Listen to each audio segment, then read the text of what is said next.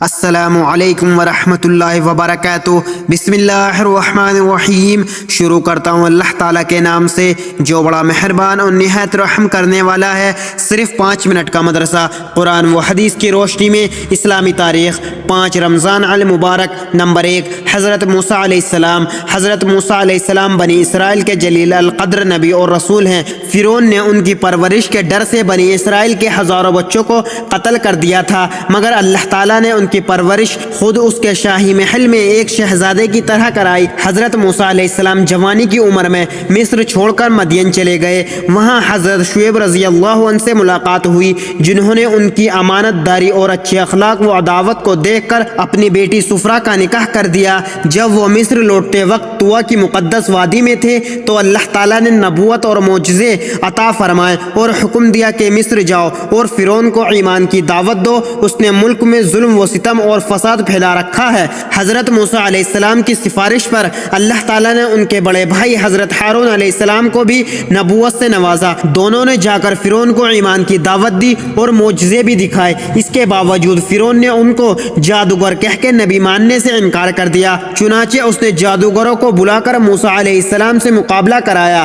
اس مقابلے میں حضرت موسیٰ علیہ السلام کو کامیابی ملی اور تمام جادوگروں نے ایمان قبول کر لیا۔ اس طرح فرعون نامراد اور ذلیل ہوا اور حضرت موسیٰ علیہ السلام کی سچائی ظاہر ہو گئی۔ جب فرعون کا تکبر اور نافرمانی حد سے بڑھ گئی تو اللہ تعالیٰ نے دریا میں غرق کر دیا اور حضرت موسیٰ علیہ السلام کو اور ان کی قوم کو فرعون کے ظلم سے نجات دی۔ نمبر 2، اللہ کی قدرت، دماغ کی بناوٹ اور حفاظت۔ اللہ تعالیٰ نے سوچنے اور سمجھنے کے لیے دماغ کو پیدا کیا ہے اور اس کی حفاظت کے لیے اس میں ایک باریک جھلی چڑھائی ہے، پھر جھلی اور دماغ کے درمیان بہنے والا مادہ پیدا فرما کر کھوپڑی کی مضبوط ہڈی میں فٹ کر دیا ہے تاکہ سردی، گرمی اور چوٹ وغیرہ کے اثر سے محفوظ رہ سکے۔ اس نازک دماغ کی حفاظت کے لیے اللہ تعالیٰ نے اپنی قدرت سے کیسا عجیب و غریب نظام فرمایا ہے۔ نمبر 3، ایک فرض کے بارے میں بغیر وضو کے نماز نہیں ہوتی۔ رسول اللہ صلی اللہ علیہ وسلم نے فرمایا، اسلام میں اس شخص کا کوئی بھی حصہ نہیں جو نماز نہ پڑھتا ہو،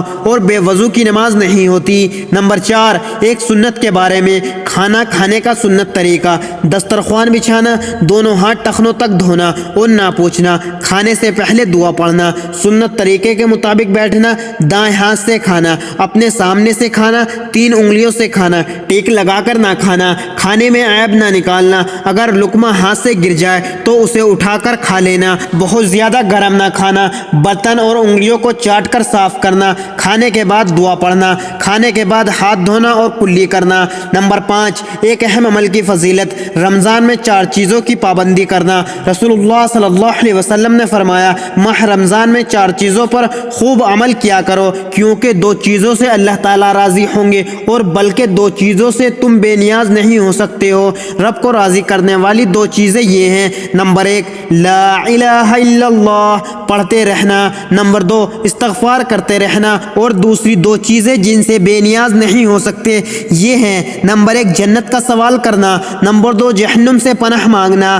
نمبر 6، ایک گناہ کے بارے میں سب سے بڑا گناہ۔ ایک شخص نے رسول اللہ صلی اللہ علیہ وسلم سے سوال کیا، یا رسول اللہ تعالیٰ کے نزدیک بڑا گناہ کون سا ہے؟ آپ صلی اللہ علیہ وسلم نے فرمایا، تو اللہ کے ساتھ کسی کو شریک ٹھہرائے حالانکہ اس نے تجھ کو پیدا کیا ہے۔ اس نے پھر سوال کیا، اس کے بعد کون سا بڑا گناہ ہے؟ آپ صلی اللہ علیہ وسلم نے فرمایا، تو اپنی اولاد کو رزق کی تنگی کے ڈر سے مار ڈالے۔ اس نے پھر سوال کیا تو رسول اللہ صلی اللہ علیہ وسلم نے فرمایا، تیرا اپنی پڑوسی کی عورت سے بدکاری کرنا۔ نمبر 7، دنیا کے بارے میں حلال روزی کمائیں۔ رسول اللہ صلی اللہ علیہ وسلم نے فرمایا، روزی کو دور نہ سمجھو، کیونکہ کوئی آدمی اس وقت تک نہیں مر سکتا جب تک کہ جو روزی اس کے مقدر میں لکھ دی گئی ہے وہ اس کو نہ مل جائے، لہٰذا روزی حاصل کرنے میں بہتر طریقہ اختیار کرو، حلال روزی کماؤ اور حرام کو چھوڑ دو۔ نمبر 8، آخرت کے بارے میں جہنم میں ہمیشہ کا عذاب۔